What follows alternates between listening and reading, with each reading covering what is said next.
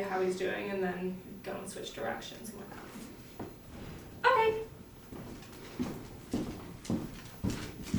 Come. See, he's already coming anyway. Then I'm just gonna start walking. As I'm walking, I'm going to keep my own pace. I'm not gonna slow down if he starts to slow down. But if I do start to slow down, I do want him to slow down with me. Again, right now, he doesn't have to be right here. He just has to be coming toward me, with me, in my direction. You look at that bed so hard.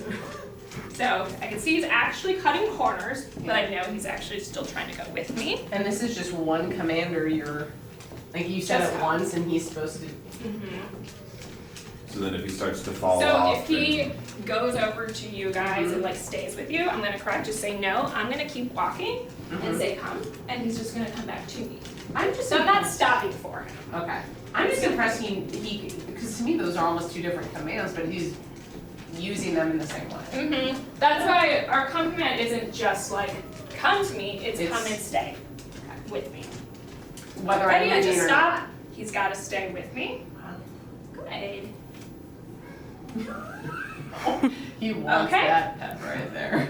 So we're going to use a lower level, but more of like a continuous sensation to help kind of teach her the different positions that we want, using that same concept of like the pressure and release that we did with the prong.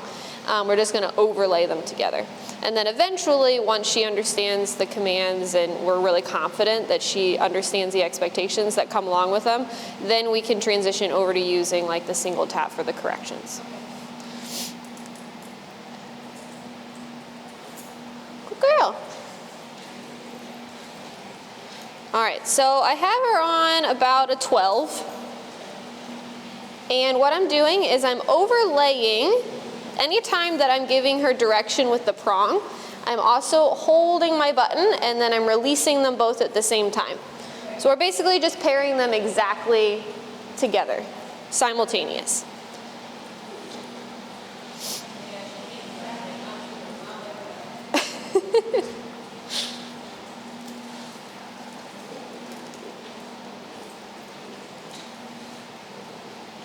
And again, we're just kind of working on that walking position.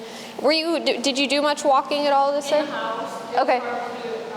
It's pretty freezing outside, so I get it. Yeah. Yeah. How did she do in the house with you walking though? Good. Okay. The doorway with the front door was still rusty because I Okay.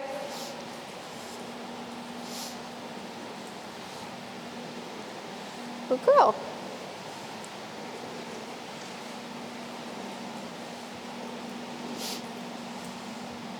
Good job. I didn't actually do anything there because when I'm working on the walking, I'm not really concerned about the sits as much. So I'm more concerned with if I stop moving that she stays generally in this spot. And she doesn't pull really far ahead or anything like that. So I don't care even if she sits, as long as she stays here. She's just sitting on her own accord. Here I'm using it, and then releasing. We'll go past you again, see how she does. There I didn't really use it. There I did, just because she went over to Paige. Same thing there. So it's more if she goes out to the side or forward that I'm going to use it. If she's lagging behind, it's not as big of a deal. We'll add a little distractions.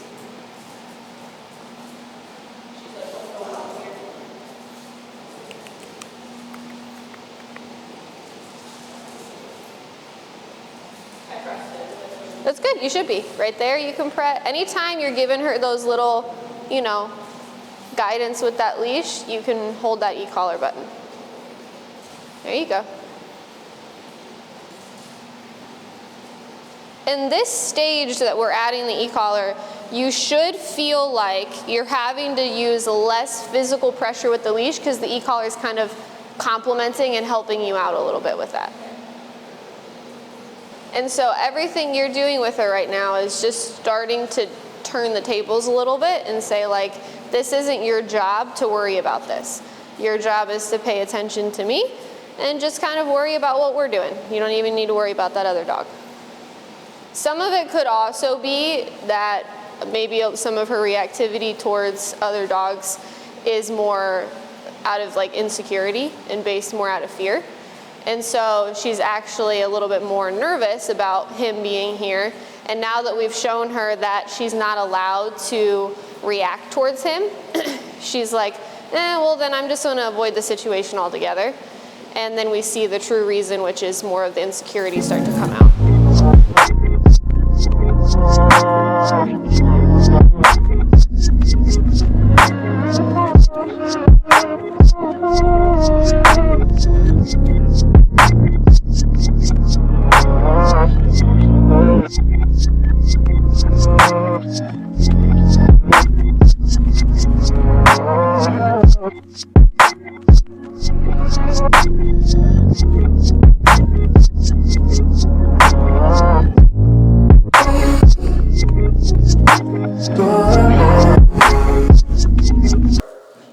Sit.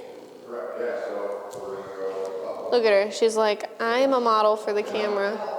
Well, and part of it too, like to be fair to the dog, like if even with my own dogs, like there can be a difference between there's a time and a place for everything, right? So if I'm just standing around or guests are coming over or whatever, like my dogs know that like jumping is never okay. We're never gonna do that on our own accord. If I'm roughhousing with my dog and I'm playing with them, they're gonna jump on me because that's an appropriate time for them to do it and they know that. So if I initiate the playtime and I get them all riled up and we're playing, I just kind of accept that like I'm putting my dog into that state of mind where they want to play and be wild. And so it's normal that they're going to jump. And I'm okay with that. So you can kind of have those standards for her as well, where, you know, if she decides to jump, it's not okay. But if you want to play with her and get her riled up, then that's fine. Okay. Yeah. Cool. Yeah, because if it's not too cold even, like, we have a trampoline, and when they go out, like... Does she go on the trampoline with them? So, she does. She can jump from the trampoline, or from the ground onto the trampoline. Like, she's What? strong. Her arms, like, grab on. She, like, pulls it? She pulls her, but then I have a heart attack, and I'm like, yeah. So then, when she sees me coming, she jumps, and I'm like, no, it's so high.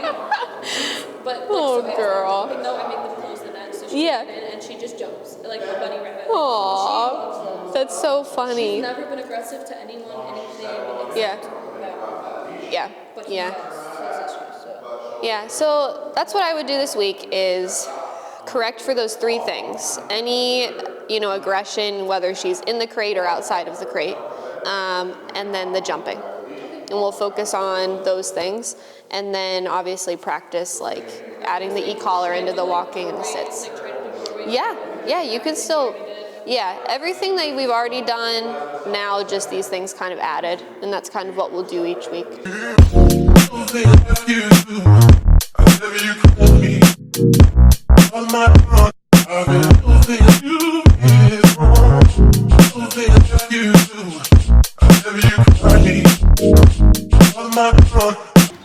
Hey guys, I'm down here.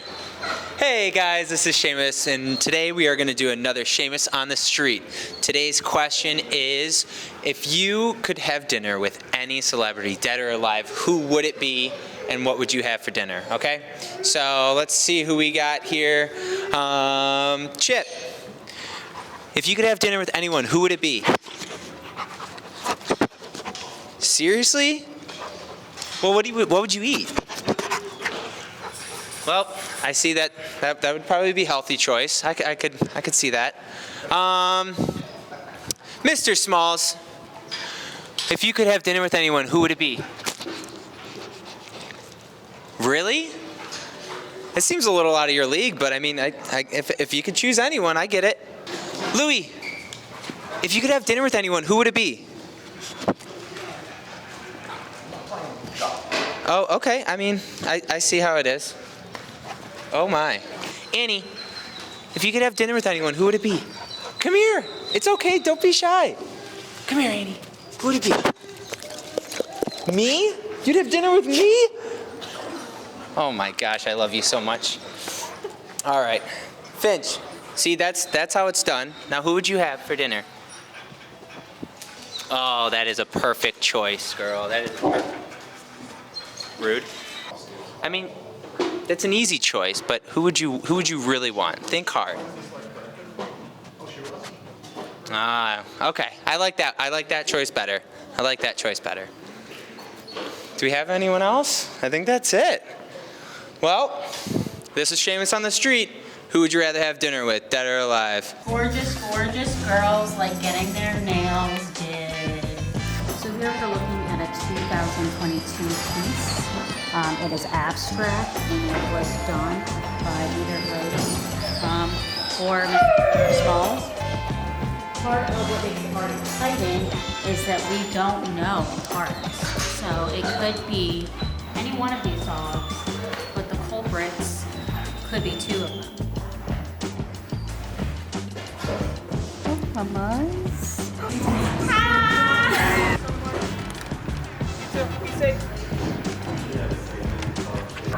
Hey guys, what's up? It's Bridget from Miracle Canine Training, and you're watching Disney Channel. Okay, Sam, so thank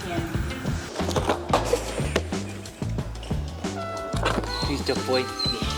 What's up guys, it's Bridget with Miracle Canine Training. I am one of the board and train trainers, and today we're going to show you what a typical day looks like for our board and trainees and what it looks like for us employees. Follow along.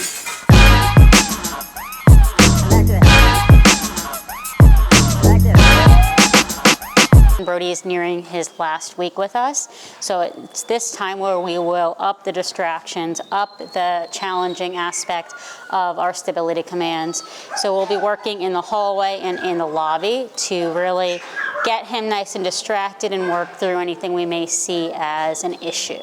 Do, do, do, do, do, do. This is the perfect location to practice some of our down stays. Brody, down. Good. I like to get right in my coworker's way as I'm training my dogs. Good. Okay. Down. Good.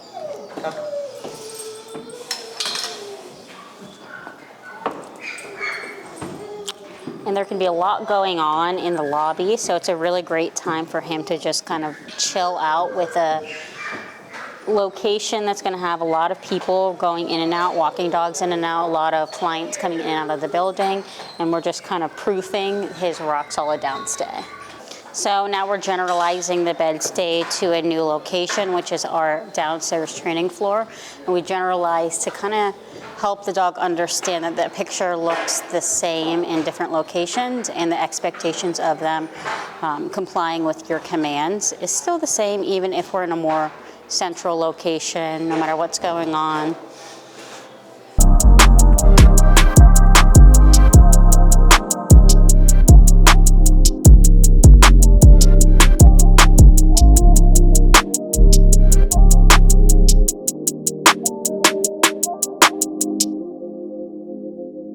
Brody comes to us. He just had some puppy issues, really excited jumping on the kids, stealing food, just your general run-of-the-mill puppy things. But with a bigger dog, it can be more challenging to kind of mitigate these behaviors in the house.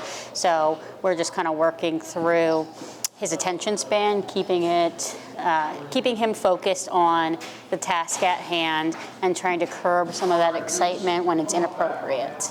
So he's an extremely social dog, and he is a rock star socials, plays with everybody, but other than that, he needed a little help focusing in on each individual command. This is human treats when we do good. That's all I got, man. I have granola. So we're wrapping up another beautiful day here at Miracle Canine. We started off the day with a very rock solid session with trainer Michelle and Coco. Coco's working through some issues with fighting the other dog in the house. We saw a little bit of our second clip with trainer Matt and dogs that are also fighting in the house, and that looked great as well. Let's keep going. So Seamus on the Street aired season 2. You saw my segment of the day in the life of a board and train trainer. David has COVID, but we're holding down the fort while he rests and gets better. And with that being said, since we're the greatest company in America, I am going to sign off and ask you to wait.